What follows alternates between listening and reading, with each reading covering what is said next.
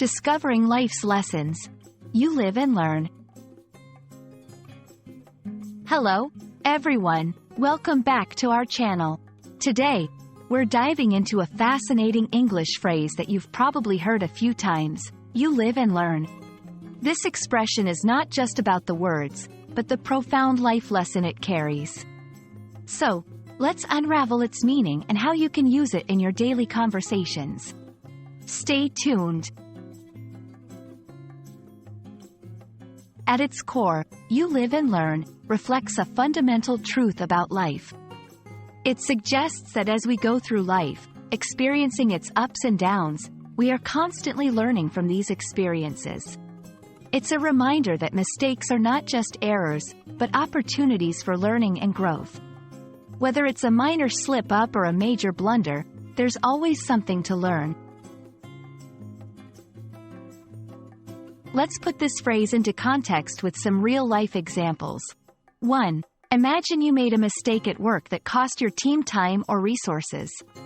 Instead of dwelling on the error, you reflect on what went wrong and how to prevent it in the future. This is, you live and learn, in action. 2. Or, consider a personal example where you trusted someone who ended up betraying that trust. Painful, yes, but it teaches you to be more discerning in who you trust. Again, you live and learn. These examples show that learning is an ongoing process, shaped by both positive and negative experiences. Using "you live and learn" in conversation can be a way to express empathy or self-reflection. Here are a couple of ways you might use it. When someone shares a mistake or a lesson they've learned, you can respond with, "Well, you live and learn," to show understanding and solidarity.